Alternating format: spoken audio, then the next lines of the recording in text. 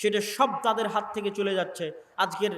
আজকের বিশ্বের যারা শাসক তাদেরকে বলেন তোমাদের গোটা পৃথিবী দিয়ে দেবো, জেরুজালেম ছেড়ে দাও, দিবে না। কেননা জেরুজালেমে ঈসা আলাইহিস সালামের জন্ম হয়েছে, কেমনে দিবে? বলেন তোমাদের সারা পৃথিবী দিয়ে দিচ্ছি, জেরুজালেম দিয়ে দাও, দিবে না। কেননা দাউদ আর সুলাইমান জেরুজালেমে শাসন প্রতিষ্ঠা করেছিলেন, কেমনে দিবে? ইউশা বিন নুন জেরুজালেম বিজয় করেছিলেন, তারা তো ওইটারই দাবিদার। দাবিতে সত্য মিথ্যে সেটা পরের কথা, কিন্তু ওইটারই দাবিদার, এই জন্য দিবে কেমনে? এই জন্য পৃথিবীর সবচেয়ে বড় যুদ্ধগুলোর একটা যুদ্ধ এই জেরুজালেমেই সংঘটিত হবে। কিয়ামতের পূর্ব মুহূর্তের সকল মালহামাগুলো শামে সংঘটিত হবে, মক্কা আর মদিনায় হবে না। এই জন্য যে মক্কা মদিনা চিরদিনের জন্য ফিতনা মুক্ত, দাজ্জালের প্রবেশ মক্কা মদিনায় নিষিদ্ধ। যেহেতু মক্কা মদিনা চিরদিনের জন্য ফিতনা মুক্ত, এই জন্য মক্কা মদিনায় কোনো যুদ্ধ হবে না কিয়ামতের পূর্ব মুহূর্তে। মক্কা মদিনায় দাজ্জালও প্রবেশ করবে না। কিয়ামতের পূর্ব মুহূর্তের সব যুদ্ধ হবে এখানে। কিয়ামতের পূর্ব মুহূর্তের সব যুদ্ধ হবে শামে, ফিলিস্তিনে, ইসরায়েলে, জেরুজালেমে, মসজিদে আকসা এবং তার আশেপাশে। কিয়ামতের পূর্ব মুহূর্তের সকল বড় যুদ্ধগুলো সংঘটিত হবে। আর এত বড় ক্রাইটেরিয়া, এত বড় কারণ পৃথিবীতে আর নাই যেখানে এত বিশাল যুদ্ধ হতে পারে। কেননা এত এই জিনিসের যত লোক দাবিদার, আর পৃথিবীতে এরকম কিছু নাই যেটার এত লোক দাবিদার। পৃথিবীর 90% মানুষ এটার দাবিদার, তথা 90% মানুষ এটার জন্য যুদ্ধে জড়িয়ে যেতে পারে। আমেরিকা, ইউরোপ থেকে শুরু করে, ইসরায়েল থেকে শুরু করে গোটা মুসলিম বিশ্ব, গোটা ইউরোপ এই যুদ্ধে জড়িয়ে যেতে পারে। গোটা রাশিয়া, গোটা ইউক্রেন সব এই যুদ্ধে জড়িয়ে যেতে পারে। কেননা এটার দাবিদার হচ্ছে পৃথিবীর 90% মানুষ, তথা পৃথিবীর তিনটা আব্রাহামিক রিলিজিয়ান, সেমেটিক রিলিজিয়ানের মানুষ এটার দাবিদার। সম্মানিত উপস্থিতি, ওমর রাদিয়াল্লাহু তাআলা আনহুকে আবু উবাইদা ইবনুল জাররাহ বলছে, করেছেন কি? আজকে এত বড় বিজয়, কত বড় বিজয় সেটার বর্ণনা দিলাম যে এত বড় বিজয়। এই বিজয়ের দিনে আপনি নিজে রশি ধরে টানছেন আর গায়ে জীর্ণ শীর্ণ কাপড় পরে আছেন, রোমানরা কি মনে করবে? ওমর রাদিয়াল্লাহু তাআলা আনহু বললেন, শোনো, কুন্না কওমান আদিল্লাহ, আমরা ছিলাম জাহেল, মূর্খ, অজ্ঞ জাতি, পৃথিবীতে আমাদের কেউ চিনত না। মক্কায় কোনোদিন রাজত্ব কায়েম হয়নি, তথা মক্কা কেন্দ্রিক কোনো শাসন ব্যবস্থা অতীতে কোনোদিন তৈরি হয়নি। মক্কা কেন্দ্রিক কোনো রাজত্ব অতীতে ছিল না। আপনি ইতিহাসের পাতা খুলে দেখেন, ছিল পারস্য এম্পায়ার আর রোমান এম্পায়ার, ইরান কেন্দ্রিক আর রোম কেন্দ্রিক। মক্কা কেন্দ্রিক কোনো শাসন ব্যবস্থা অতীতে তৈরি হয়নি, রাজত্ব। তা আমরা ছিলাম মক্কার রাখাল, মরুভূমির রাখাল, জাহিলি যুগে কেউ আমাদের চিনত না। আর সেই জায়গা থেকে আজ 20, 25, 30 বছরের ব্যবধানে রোমানদের সবচেয়ে বড় হেডকোয়ার্টার আমি বিজয় করছি মদিনা থেকে এসে। আ'আজ্জানাল্লাহু বিল ইসলাম, এই বিজয় আল্লাহ সুবহানাহু ওয়া তাআলা আমাদেরকে দিয়েছে ইসলাম মানার কারণে। বলেন আল্লাহু আকবার। এই জায়গার মধ্যে আমাদের আজকের বক্তব্যের সকল সারমর্ম আছে।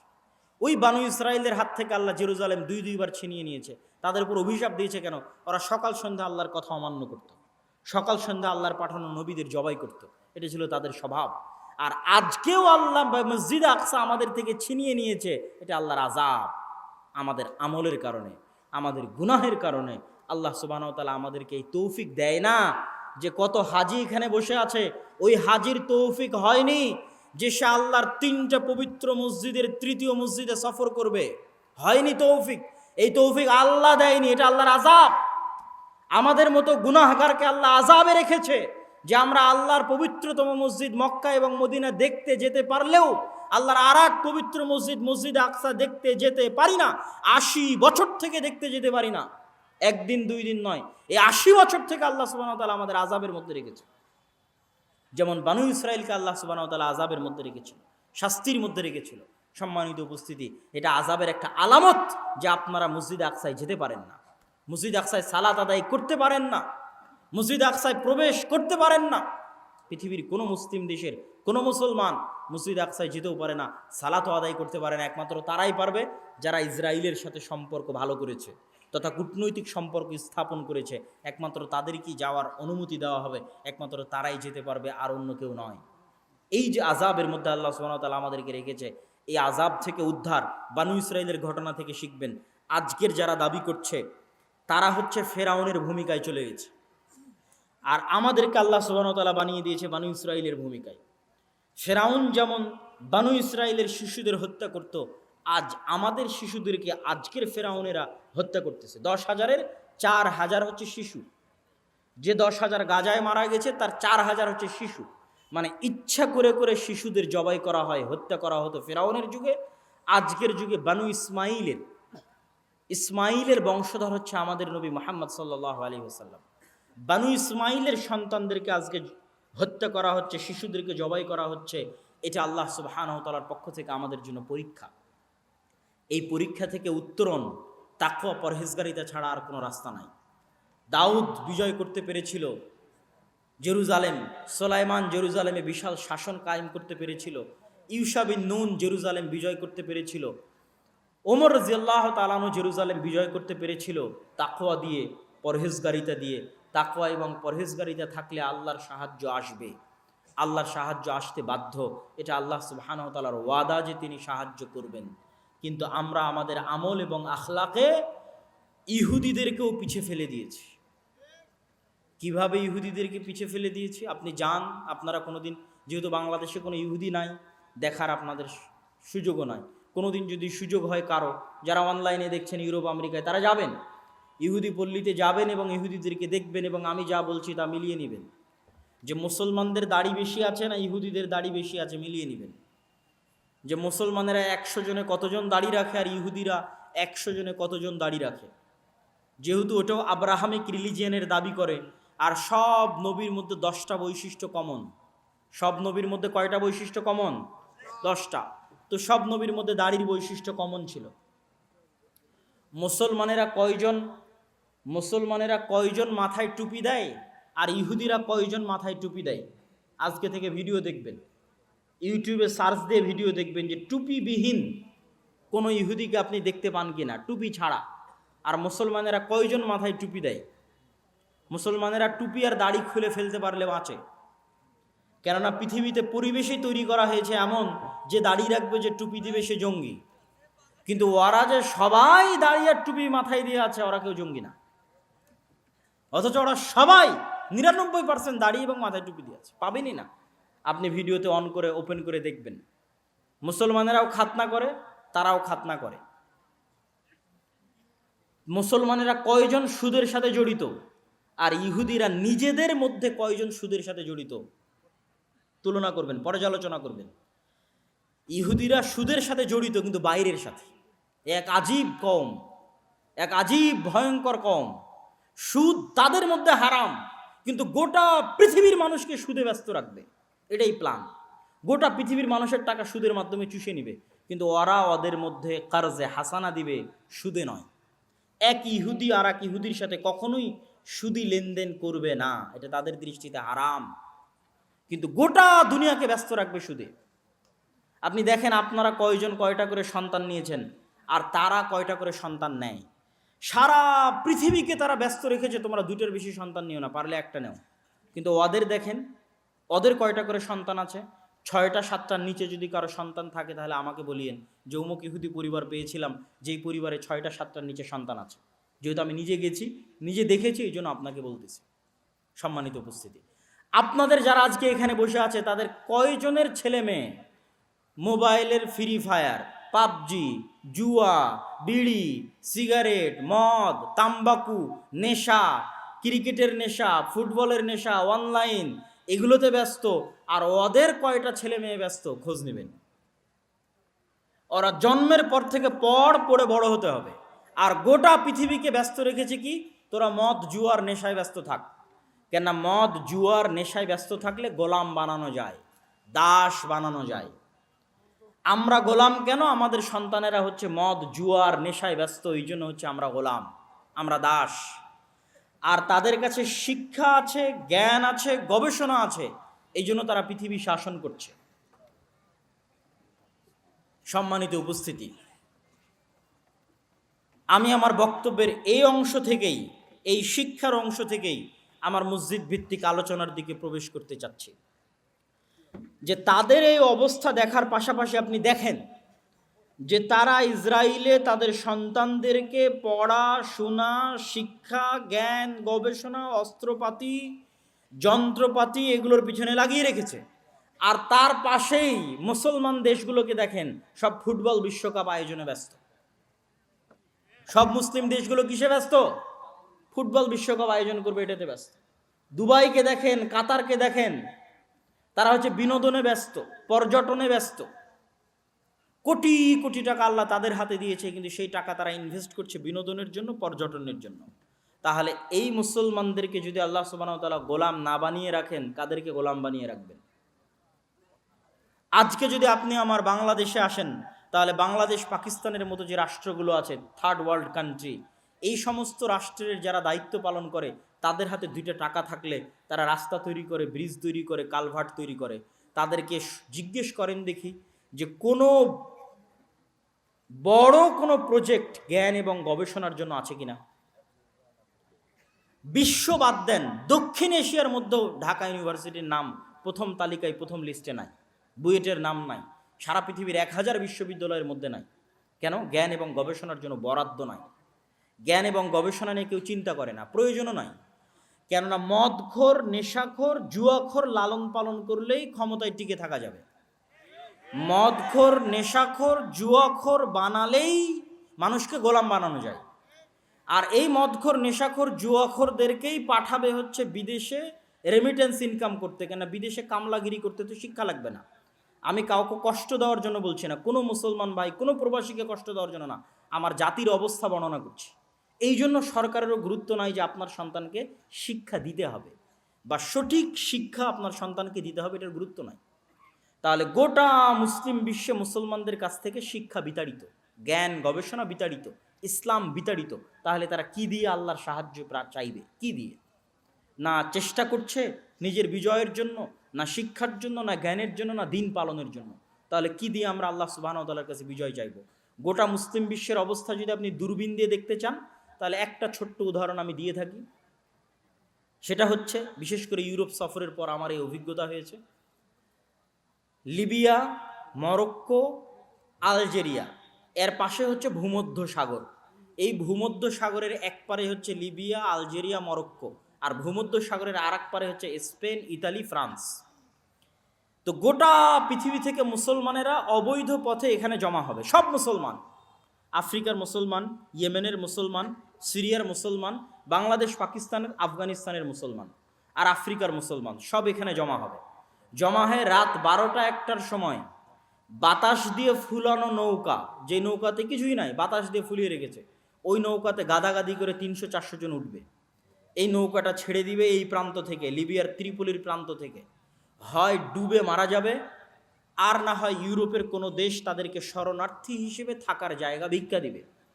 এরা ওদের কাছে ভিক্ষা করতে গেছে যে তুই একটা পাসপোর্ট দে, একটা আইডেন্টিটি কার্ড দে, আমাকে একটু শরণার্থী হিসেবে তোর দেশে বসবাস করার সুযোগ দে। এই নৌকায় বসবাস করা, এই থাকা, সবগুলো হচ্ছে মুসলমান। এটা হচ্ছে গোটা মুসলিম বিশ্বের মুসলমানদের অবস্থা। একটা ছবিতে যদি আপনি গোটা মুসলিম বিশ্বের মুসলমানদের অবস্থা দেখতে চান, এরা হলো তারা। এরা ওই দেশে গিয়ে কি করবে? আপনি খোঁজ নেন, ইউরোপ এবং আমেরিকায় আমাদের যে মুসলিম ভাইয়েরা আছে, বিভিন্ন দেশ থেকে গেছে, তারা কয়জন বিশ্ববিদ্যালয়ের টিচার, কয়জন মেডিকেলের প্রফেসর, খোঁজ নেন। আর কয়জন ফুড পান্ডার, হোম ডেলিভারি করে, কয়জন ট্যাক্সি ড্রাইভার হিসেবে কাজ করে, আর কয়জন কেয়ার হোমে জব করে, খোঁজ নেন। কেননা আমাদের কি না কেউ কোনোদিন শিক্ষা দিয়েছে? না আমাদের কাছে শিক্ষা আছে। আমরা হচ্ছে মদ, জুয়া, ফ্রি ফায়ার, পাবজি, আড্ডা, এগুলো নিয়ে গোলাম হিসেবে বড় হয়েছি। পৃথিবীতে যেখানে যাব সেখানে গোলাম হিসেবে থাকবো। না আমার দিনের আমার কাছে মূল্যায়ন আছে, না আমার শিক্ষার আমার কাছে মূল্যায়ন আছে। যদি আরবের দেশে লেবার হিসেবে যাই তাও গোলাম, যদি ইউরোপে যাই, আমেরিকায় যাই, তাও গোলাম। সম্মানিত উপস্থিতি, এই দৃশ্য দেখার পরেই মূলত আমার মাথায় এসেছে যে মুসলমানদের শিক্ষার জন্য চেষ্টা করতে হবে, রুট লেভেল থেকে চেষ্টা করতে হবে। মসজিদ কমিটির কাছে যান, মসজিদ কমিটির কাছে যদি 10 টাকা আসে, তো 10 টাকা দিয়ে ও টাইলস কিনবে, 10 টাকা দিয়ে ও এসি কিনবে, কিন্তু ওই 10টা টাকা খরচ করে মসজিদে মক্তব চালাবে না। এই জন্য আমি বলেছি, এই মসজিদ কমিটিকে 24 ঘন্টার মধ্যে পদত্যাগ দিতে হবে। যেই মসজিদ কমিটি তার মসজিদে মক্তব চালু করবে না, তাকে পদত্যাগ দিতেই হবে। সে মসজিদ পরিচালনার যোগ্য নয়। এমনও মসজিদে গেছি যেই মসজিদে টাইলস লাগানো আছে, এসি লাগানো আছে, কিন্তু মসজিদে কোরআন শিক্ষার ব্যবস্থা নাই। তখন আমি বলেছি, আপনি টাইলস খুলে বিক্রি করেন, এই এসি খুলে বাজারে বিক্রি করেন, বিক্রি করে আপনার মসজিদে দিন শিক্ষার ব্যবস্থা করেন। আপনি এখানে মসজিদ স্বর্ণ দিয়ে বানিয়ে কি করবেন? যেই মসজিদের আশেপাশে সব জুয়াখোর, মদ করে ভরে গেছে, কি করবেন? ওই মসজিদে কে সালাত আদায় করতে আসবে? আপনি ওই মসজিদে দিন শিক্ষার ব্যবস্থা করেন। মসজিদ যদি নাও থাকে, তো খোলা মাঠে মানুষ সালাত আদায় করতে আসবে। আর এরকম মাদ্রাসা ভালো, আমরাও আমাদেরও প্রতিষ্ঠান জামিয়া সালাফি আছে, সারা দেশে মাদ্রাসা হচ্ছে ভালো, কিন্তু মাদ্রাসায় ছেলে মেয়ে দেয় এদেশের মানুষ 2-2.5%। এই গোটা আটমলের 2% ছেলে মেয়ে মাদ্রাসায় পড়াশোনা করে, আর 98% যায় স্কুলে। ওই 98%কে আপনি দিনের জ্ঞান কিভাবে দিবেন যদি আপনার মসজিদে আপনি মক্তব দিন শিক্ষার ব্যবস্থা না করেন?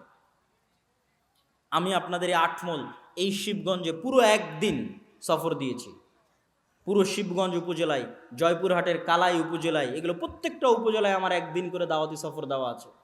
প্রায় 4টা জেলার 126টা মসজিদে সফর করে এখন পর্যন্ত 250টা মসজিদে আমরা মক্তব উদ্বোধন করেছি। বলেন আলহামদুলিল্লাহ। আমি আপনাদের কাছে উদাত্ত আহ্বান জানাতে চাই, যারা আজকে এখানে এসেছেন, একটা কাজ মাথায় নিয়ে যাবেন। একটা কাজ কি? কেমনে জামিয়া সালাফিয়ার সাথে যোগাযোগ করে, আদাওয়া ইলাল্লাহর সাথে যোগাযোগ করে তাদের সিলেবাস নিয়ে আমার মসজিদে মক্তব চালু করা যাবে। আর মনে মনে বলতে থাকবেন যে ভিক্ষা করে হলেও আমার মসজিদে আমি মক্তব শিক্ষার ব্যবস্থা করব। বলেন ইনশাআল্লাহ। এটাই হচ্ছে বিজয়ের শুরু। দেখেন, বিজয়ের শুরু যদি দেখতে চান, এই গোটা ঘটনা দেখবেন। ইহুদি পল্লী দেখে আসবেন, ইহুদিদের গ্রাম দেখে আসবেন, ইউরোপ আর আমেরিকা দেখে আসবেন, তারা শিক্ষা নিয়ে কি পরিমাণ কাজ করে। আর আমাদের মুসলমানদের অবস্থা দেখবেন কি পরিমাণ বেহাল দশা শিক্ষার। আমরা অন্তত আমাদের দিনী লেভেল থেকে মুসলমানদেরকে অন্তত দিনের জ্ঞানটা যদি দিতে পারি, তারা কি পরিমাণ শক্তভাবে তাদের দিন ধরে আছে এবং তারা হিংসার কারণে আমাদেরকে ধ্বংস করতে চাচ্ছে। এই কথাটুকু বক্তব্যে ছুটে গেছিল। হিংসাটা কি? ইব্রাহিম আলাইহিস সালাতু ওয়াস সালামের রক্তের দাবিদার তারা, আর আমার নবী মুহাম্মদ সাল্লাল্লাহু আলাইহি ওয়াসাল্লামও ইব্রাহিমের রক্তের দাবিদার। ফলত তারা যে সুপারিয়রিটি থিওরি, যে আমরা আল্লাহর সন্তান, বলেন নাউজুবিল্লাহ, আমরা আল্লাহর সন্তান আর বাকি সব আমাদের গোলাম, সবকে জবাই করা যাবে, এই জন্য ওদের অন্তর কাঁপে না। 10,000 মুসলমান মা এবং বোনকে হত্যা করে যেরকম লক্ষ যদি হত্যা করে অন্তর কাঁপবে না কেন? ওরা মনে করে ওরা আল্লাহর সন্তান, এগুলো সব গোলাম, এদের জবাই করা যাবে। নাউজুবিল্লাহ মিন যালিক। তাদের এই যে সুপারিয়রিটি থিওরি, এই সুপারিয়রিটি থিওরি আর একটা জাতি বিশ্বাস করে, হিন্দুদের মধ্যে ব্রাহ্মণ। ব্রাহ্মণরা মনে করে তারা খোদা বা আল্লাহর মাথা থেকে তৈরি হয়েছে, নাউজুবিল্লাহ, বা ব্রহ্মার মাথা থেকে তৈরি হয়েছে, এই জন্য তারা ব্রাহ্মণ। এই জন্য তারা বাদে আর হিন্দু ধর্মের আর যত জাতপাত আছে, শূদ্র বৈশ্য ক্ষত্রিয়, সব হচ্ছে তাদের গোলাম। ওদেরকে বলিও দেওয়া যাবে, ওদেরকে জবাইও করা যাবে। কোনো বলিদান অনুষ্ঠানে কোনো ব্রাহ্মণের কোনো সন্তানকে বলি দেওয়া হয় না। সবসময় বলি দেওয়া হবে ব্রাহ্মণের চাইতে নিচু স্তরে, কেন? তারা হচ্ছে, এটা হচ্ছে তাদের সুপারিয়রিটি থিওরি।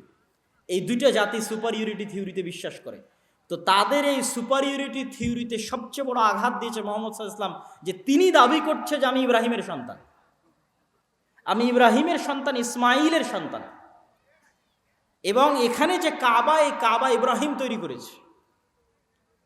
এটা অনেকের কাছে মেসেজ নাই, ইউরোপ এবং আমেরিকা এবং ইসরায়েলের অনেকের কাছে মেসেজ নাই যে ইব্রাহিম আলাইহিস সালাতু ওয়াস সালামের তৈরি করা ঘর হচ্ছে কাবা। মুসলমানেরা দাওয়াতি কাজই করেনি, জানেই না তারা।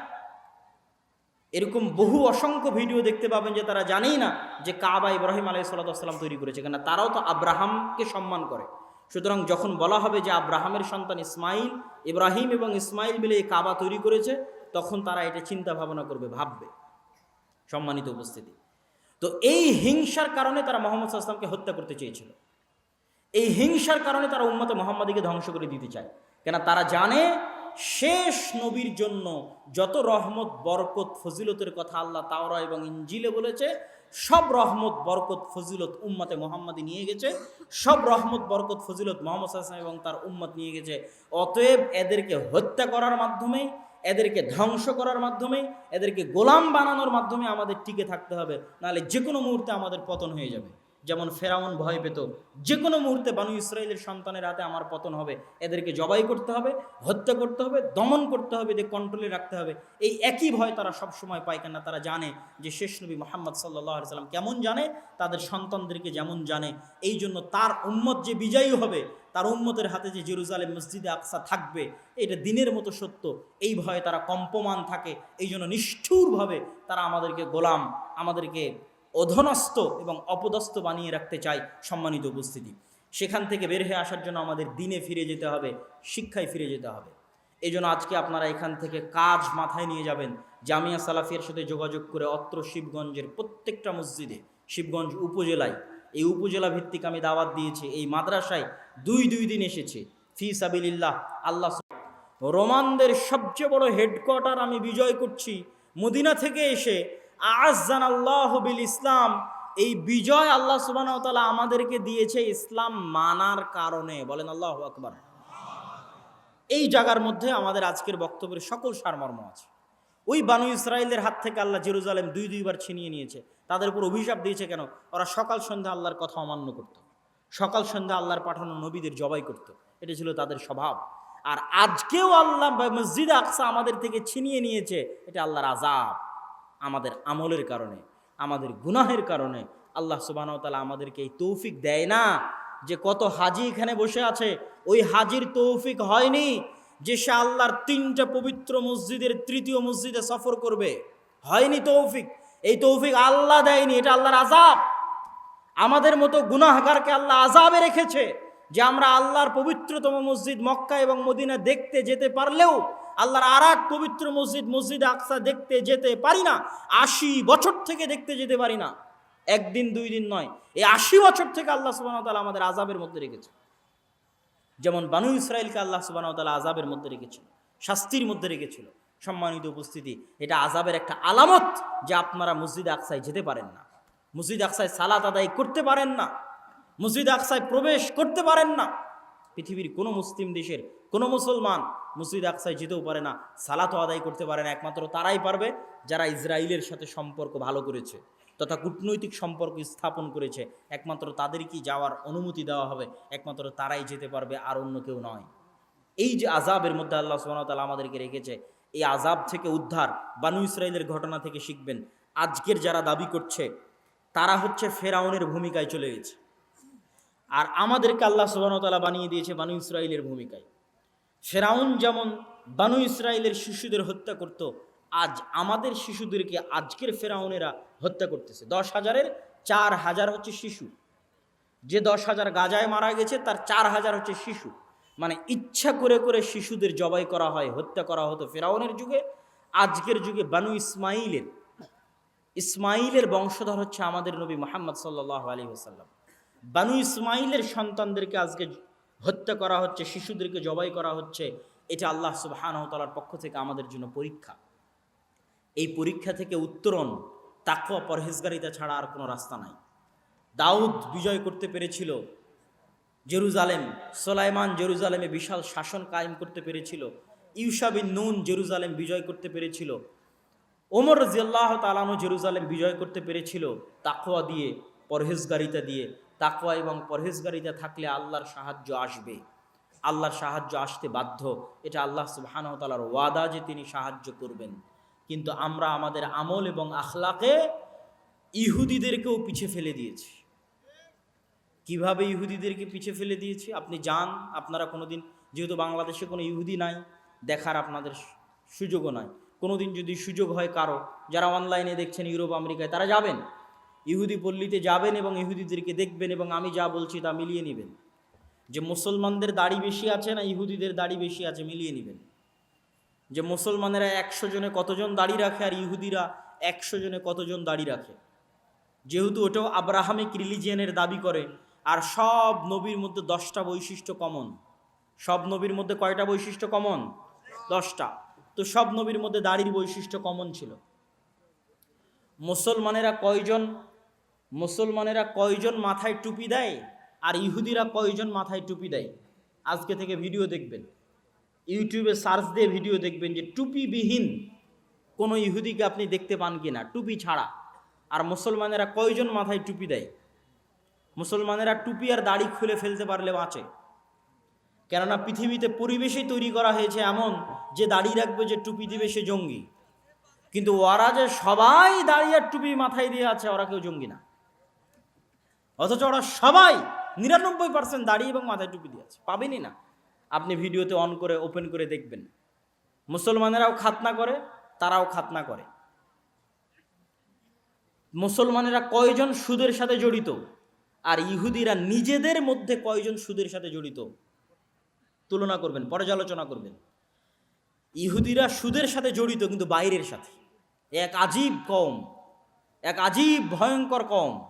সুদ তাদের মধ্যে হারাম, কিন্তু গোটা পৃথিবীর মানুষকে সুদে ব্যস্ত রাখবে, এটাই প্ল্যান। গোটা পৃথিবীর মানুষের টাকা সুদের মাধ্যমে চুষে নিবে, কিন্তু ওরা ওদের মধ্যে কার্জে হাসানা দিবে, সুদে নয়। এক ইহুদি আর এক ইহুদির সাথে কখনোই সুদি লেনদেন করবে না, এটা তাদের দৃষ্টিতে হারাম, কিন্তু গোটা দুনিয়াকে ব্যস্ত রাখবে সুদে। আপনি দেখেন আপনারা কয়জন কয়টা করে সন্তান নিয়েছেন, আর তারা কয়টা করে সন্তান নেয়। সারা পৃথিবীকে তারা ব্যস্ত রেখেছে, তোমরা দুটোর বেশি সন্তান নিও না, পারলে একটা নেও। কিন্তু ওদের দেখেন, ওদের কয়টা করে সন্তান আছে? 6টা 7টার নিচে যদি কারো সন্তান থাকে তাহলে আমাকে বলিয়েন যে অমুক ইহুদি পরিবার পেয়েছিলাম যেই পরিবারে 6টা 7টার নিচে সন্তান আছে। যেহেতু আমি নিজে গেছি, নিজে দেখেছি, এই জন্য আপনাকে বলতেছি। সম্মানিত উপস্থিতি, আপনাদের যারা আজকে এখানে বসে আছে তাদের কয়জনের ছেলে মেয়ে মোবাইলের ফ্রি ফায়ার, পাবজি, জুয়া, বিড়ি, সিগারেট, মদ, তাম্বাকু, নেশা, ক্রিকেটের নেশা, ফুটবলের নেশা, অনলাইন, এগুলোতে ব্যস্ত? আর ওদের কয়টা ছেলে মেয়ে ব্যস্ত খোঁজ নেবেন। ওরা জন্মের পর থেকে পড়ে বড় হতে হবে, আর গোটা পৃথিবীকে ব্যস্ত রেখেছে কি, তোরা মদ জুয়ার নেশায় ব্যস্ত থাক। কেন? মদ জুয়ার নেশায় ব্যস্ত থাকলে গোলাম বানানো যায়, দাস বানানো যায়। আমরা গোলাম কেন? আমাদের সন্তানেরা হচ্ছে মদ জুয়ার নেশায় ব্যস্ত, এই জন্য হচ্ছে আমরা গোলাম, আমরা দাস। আর তাদের কাছে শিক্ষা আছে, জ্ঞান আছে, গবেষণা আছে, এই জন্য তারা পৃথিবী শাসন করছে। সম্মানিত উপস্থিতি, আমি আমার বক্তব্যের এই অংশ থেকেই, এই শিক্ষার অংশ থেকেই আমার মসজিদ ভিত্তিক আলোচনার দিকে প্রবেশ করতে চাচ্ছি। যে তাদের এই অবস্থা দেখার পাশাপাশি আপনি দেখেন যে তারা ইসরায়েলে তাদের সন্তানদেরকে পড়াশোনা, শিক্ষা, জ্ঞান, গবেষণা, অস্ত্রপাতি, যন্ত্রপাতি এগুলোর পিছনে লাগিয়ে রেখেছে। আর তার পাশেই মুসলমান দেশগুলোকে দেখেন, সব ফুটবল বিশ্বকাপ আয়োজনে ব্যস্ত। সব মুসলিম দেশগুলো কিসে ব্যস্ত? ফুটবল বিশ্বকাপ আয়োজন করবে, এটাতে ব্যস্ত। দুবাইকে দেখেন, কাতারকে দেখেন, তারা হচ্ছে বিনোদনে ব্যস্ত, পর্যটনে ব্যস্ত। কোটি কোটি টাকা আল্লাহ তাদের হাতে দিয়েছে, কিন্তু সেই টাকা তারা ইনভেস্ট করছে বিনোদনের জন্য, পর্যটনের জন্য। তাহলে এই মুসলমানদেরকে যদি আল্লাহ সুবহানাহু ওয়া তাআলা গোলাম না বানিয়ে রাখেন, কাদেরকে গোলাম বানিয়ে রাখবেন? আজকে যদি আপনি আমার বাংলাদেশে আসেন, তাহলে বাংলাদেশ, পাকিস্তানের মতো যে রাষ্ট্রগুলো আছে, থার্ড ওয়ার্ল্ড কান্ট্রি, এই সমস্ত রাষ্ট্রের যারা দায়িত্ব পালন করে, তাদের হাতে 2টা টাকা থাকলে তারা রাস্তা তৈরি করে, ব্রিজ তৈরি করে, কালভার্ট তৈরি করে। তাদেরকে জিজ্ঞেস করেন দেখি যে কোনো বড় কোনো প্রজেক্ট জ্ঞান এবং গবেষণার জন্য আছে কিনা। বিশ্ব বাদ দেন, দক্ষিণ এশিয়ার মধ্যেও ঢাকা ইউনিভার্সিটির নাম প্রথম তালিকায়, প্রথম লিস্টে নাই, বুয়েটের নাম নাই, সারা পৃথিবীর 1000 বিশ্ববিদ্যালয়ের মধ্যে নাই। কেন? জ্ঞান এবং গবেষণার জন্য বরাদ্দ নাই। জ্ঞান এবং গবেষণা নিয়ে কেউ চিন্তা করে না, প্রয়োজনও নাই। কেননা মদখোর, নেশাখোর, জুয়াখোর লালন পালন করলেই ক্ষমতায় টিকে থাকা যাবে। মদখোর, নেশাখোর, জুয়াখোর বানালেই মানুষকে গোলাম বানানো যায়। আর এই মদখোর, নেশাখোর, জুয়াখোরদেরকেই পাঠাবে হচ্ছে বিদেশে রেমিটেন্স ইনকাম করতে। কেন? বিদেশে কামলাগিরি করতে তো শিক্ষা লাগবে না। আমি কাউকে কষ্ট দেওয়ার জন্য বলছি না, কোনো মুসলমান ভাই, কোনো প্রবাসীকে কষ্ট দেওয়ার জন্য না, আমার জাতির অবস্থা বর্ণনা করছি। এই জন্য সরকারেরও গুরুত্ব নাই যে আপনার সন্তানকে শিক্ষা দিতে হবে বা সঠিক শিক্ষা আপনার সন্তানকে দিতে হবে, এটার গুরুত্ব নাই। তাহলে গোটা মুসলিম বিশ্বে মুসলমানদের কাছ থেকে শিক্ষা বিতাড়িত, জ্ঞান গবেষণা বিতাড়িত, ইসলাম বিতাড়িত। তাহলে তারা কি দিয়ে আল্লাহর সাহায্য চাইবে? কি দিয়ে?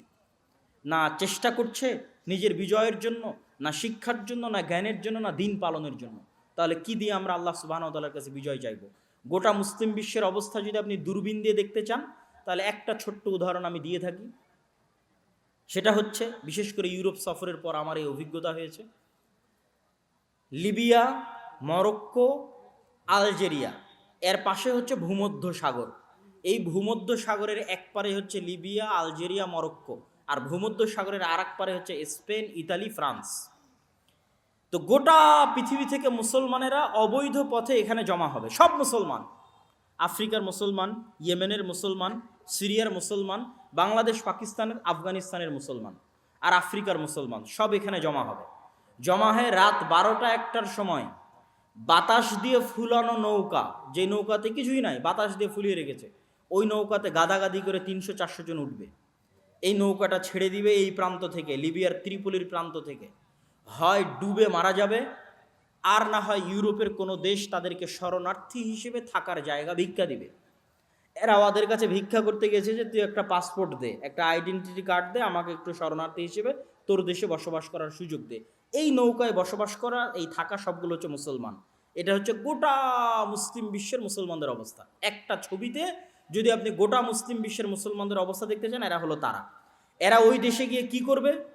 আপনি খোঁজ নেন ইউরোপ এবং আমেরিকায় আমাদের যে মুসলিম ভাইয়েরা আছে বিভিন্ন দেশ থেকে গেছে, তারা কয়জন বিশ্ববিদ্যালয়ের টিচার, কয়জন মেডিকেলের প্রফেসর, খোঁজ নেন। আর কয়জন ফুড পান্ডার হোম ডেলিভারি করে, কয়জন ট্যাক্সি ড্রাইভার হিসেবে কাজ করে, আর কয়জন কেয়ার হোমে জব করে, খোঁজ নেন। কেননা আমাদের কি না কেউ কোনো দিন শিক্ষা দিয়েছে? না, আমাদের কাছে শিক্ষা আছে। আমরা হচ্ছে মদ, জুয়া, ফ্রি ফায়ার, পাবজি, আড্ডা, এগুলো নিয়ে গোলাম হিসেবে বড় হয়েছি। পৃথিবীতে যেখানে যাব সেখানে গোলাম হিসেবে থাকবো। না আমার দিনের আমার কাছে মূল্যায়ন আছে, না আমার শিক্ষার আমার কাছে মূল্যায়ন আছে। যদি আরবের দেশে লেবার হিসেবে যাই তাও গোলাম, যদি ইউরোপে যাই, আমেরিকায় যাই, তাও গোলাম। সম্মানিত উপস্থিতি, এই দৃশ্য দেখার পরেই মূলত আমার মাথায় এসেছে যে মুসলমানদের শিক্ষার জন্য চেষ্টা করতে হবে, রুট লেভেল থেকে চেষ্টা করতে হবে। মসজিদ কমিটির কাছে যান, মসজিদ কমিটির কাছে যদি 10 টাকা আসে তো 10 টাকা দিয়ে ও টাইলস কিনবে, 10 টাকা দিয়ে ও এসি কিনবে, কিন্তু ওই 10টা টাকা খরচ করে মসজিদে মক্তব চালাবে না। এই জন্য আমি বলেছি এই মসজিদ কমিটিকে 24 ঘন্টার মধ্যে পদত্যাগ দিতে হবে। যেই মসজিদ কমিটি তার মসজিদে মক্তব চালু করবে না, তাকে পদত্যাগ দিতেই হবে। সে মসজিদ পরিচালনার যোগ্য নয়। এমনও মসজিদে গেছি যেই মসজিদে টাইলস লাগানো আছে, এসি লাগানো আছে, কিন্তু মসজিদে কোরআন শিক্ষার ব্যবস্থা নাই। তখন আমি বলেছি আপনি টাইলস খুলে বিক্রি করেন, এই এসি খুলে বাজারে বিক্রি করেন, বিক্রি করে আপনার মসজিদে দিন শিক্ষার ব্যবস্থা করেন। আপনি এখানে মসজিদ স্বর্ণ দিয়ে বানিয়ে কি করবেন? যেই মসজিদের আশেপাশে সব জুয়াখোর মদ করে ভরে গেছে, কি করবেন? ওই মসজিদে কে সালাত আদায় করতে আসবে? আপনি ওই মসজিদে দিন শিক্ষার ব্যবস্থা করেন। মসজিদ যদি নাও থাকে তো খোলা মাঠে মানুষ সালাত আদায় করতে আসবে। আর এরকম মাদ্রাসা ভালো, আমরাও আমাদেরও প্রতিষ্ঠান জামিয়া সালাফি আছে, সারা দেশে মাদ্রাসা হচ্ছে ভালো, কিন্তু মাদ্রাসায় ছেলে মেয়ে দেয় এদেশের মানুষ 2 থেকে 2.5%। এই গোটা আটমলের 2% ছেলে মেয়ে মাদ্রাসায় পড়াশোনা করে, আর 98% যায় স্কুলে। ওই 98%কে আপনি দিনের জ্ঞান কিভাবে দিবেন যদি আপনার মসজিদে আপনি মক্তব দিন শিক্ষার ব্যবস্থা না করেন?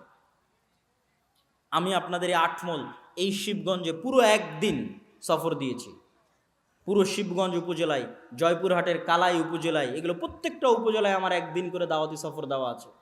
প্রায় 4টা জেলার 126টা মসজিদে সফর করে এখন পর্যন্ত 250টা মসজিদে আমরা মক্তব উদ্বোধন করেছি। বলেন আলহামদুলিল্লাহ। আমি আপনাদের কাছে উদাত্ত আহ্বান জানাতে চাই, যারা আজকে এখানে এসেছেন, একটা কাজ মাথায় নিয়ে যাবেন। একটা কাজ কি? কেমনে জামিয়া সালাফিয়ার সাথে যোগাযোগ করে, আদাওয়া ইলাল্লাহর সাথে যোগাযোগ করে তাদের সিলেবাস নিয়ে আমার মসজিদে মক্তব চালু করা যাবে। আর মনে মনে বলতে থাকবেন যে ভিক্ষা করে হলেও আমার মসজিদে আমি মক্তব শিক্ষার ব্যবস্থা করব। বলেন ইনশাআল্লাহ। এটাই হচ্ছে বিজয়ের শুরু। দেখেন, বিজয়ের শুরু যদি দেখতে চান এই গোটা ঘটনা দেখবেন। ইহুদি পল্লী দেখে আসবেন, ইহুদিদের গ্রাম দেখে আসবেন, ইউরোপ আর আমেরিকা দেখে আসবেন, তারা শিক্ষা নিয়ে কি পরিমাণ কাজ করে। আর আমাদের মুসলমানদের অবস্থা দেখবেন কি পরিমাণ বেহাল দশা শিক্ষার। আমরা অন্তত আমাদের দিনী লেভেল থেকে মুসলমানদেরকে অন্তত দিনের জ্ঞানটা যদি দিতে পারি, তারা কি পরিমাণ শক্তভাবে তাদের দিন ধরে আছে এবং তারা হিংসার কারণে আমাদেরকে ধ্বংস করতে চাচ্ছে। এই কথাটুকু বক্তব্যে ছুটে গেছিল। হিংসাটা কি? ইব্রাহিম আলাইহিস সালাতু ওয়াস সালামের রক্তের দাবিদার তারা, আর আমার নবী মুহাম্মদ সাল্লাল্লাহু আলাইহি ওয়াসাল্লামও ইব্রাহিমের রক্তের দাবিদার। ফলত তারা যে সুপারিয়রিটি থিওরি, যে আমরা আল্লাহর সন্তান, বলেন নাউজুবিল্লাহ, আমরা আল্লাহর সন্তান আর বাকি সব আমাদের গোলাম, সবকে জবাই করা যাবে, এই জন্য ওদের অন্তর কাঁপে না। 10,000 মুসলমান মা এবং বোনকে হত্যা করে যেরকম লক্ষ যদি হত্যা করে অন্তর কাঁপবে না। কেন? ওরা মনে করে ওরা আল্লাহর সন্তান, এগুলো সব গোলাম, এদের জবাই করা যাবে। নাউজুবিল্লাহি মিন যালিক। তাদের এই যে সুপারিয়রিটি থিওরি, এই সুপারিয়রিটি থিওরি আর একটা জাতি বিশ্বাস করে, হিন্দুদের মধ্যে ব্রাহ্মণ। ব্রাহ্মণরা মনে করে তারা খোদা বা আল্লাহর মাথা থেকে তৈরি হয়েছে, নাউজুবিল্লাহ, বা ব্রহ্মার মাথা থেকে তৈরি হয়েছে, এই জন্য তারা ব্রাহ্মণ। এই জন্য তারা বাদে আর হিন্দু ধর্মের আর যত জাতপাত আছে, শূদ্র বৈশ্য ক্ষত্রিয়, সব হচ্ছে তাদের গোলাম। ওদেরকে বলিও দেওয়া যাবে, ওদেরকে জবাইও করা যাবে। কোনো বলিদান অনুষ্ঠানে কোনো ব্রাহ্মণের কোনো সন্তানকে বলি দেওয়া হয় না। সবসময় বলি দেওয়া হবে ব্রাহ্মণের চাইতে নিচু স্তরের। কেন? তারা হচ্ছে, এটা হচ্ছে তাদের সুপারিয়রিটি থিওরি। এই দুইটা জাতি সুপারিয়রিটি থিওরিতে বিশ্বাস করে। তো তাদের এই সুপারিয়রিটি থিওরিতে সবচেয়ে বড় আঘাত দিয়েছে মোহাম্মদ সাল্লাল্লাহু আলাইহি ওয়াসাল্লাম, যে তিনি দাবি করছে যে আমি ইব্রাহিমের সন্তান, আমি ইব্রাহিমের সন্তান, ইসমাইলের সন্তান। এবং এখানে যে কাবা, এই কাবা ইব্রাহিম তৈরি করেছে। এটা অনেকের কাছে মেসেজ নাই, ইউরোপ এবং আমেরিকা এবং ইসরায়েলের অনেকের কাছে মেসেজ নাই যে ইব্রাহিম আলাইহিস সালাতু ওয়াস সালামের তৈরি করা ঘর হচ্ছে কাবা। মুসলমানেরা দাওয়াতি কাজই করেনি, জানেই না তারা। এরকম বহু অসংখ্য ভিডিও দেখতে পাবেন যে তারা জানেই না যে কাবা ইব্রাহিম আলাইহিস সালাতু ওয়াস সালাম তৈরি করেছে, কেন তারাও তো আব্রাহামকে সম্মান করে। সুতরাং যখন বলা হবে যে আব্রাহামের সন্তান ইসমাইল, ইব্রাহিম এবং ইসমাইল মিলে এই কাবা তৈরি করেছে, তখন তারা এটা চিন্তা ভাবনা করবে, ভাববে। সম্মানিত উপস্থিতি, তো এই হিংসার কারণে তারা মুহাম্মদ সাল্লাল্লাহু আলাইহি ওয়াসাল্লামকে হত্যা করতে চেয়েছিল। এই হিংসার কারণে তারা উম্মতে মুহাম্মাদীকে ধ্বংস করে দিতে চায়, কেন তারা জানে শেষ নবীর জন্য যত রহমত, বরকত, ফজিলতের কথা আল্লাহ তাওরা এবং ইনজিলে বলেছে, সব রহমত, বরকত, ফজিলত উম্মতে মুহাম্মাদী নিয়ে গেছে।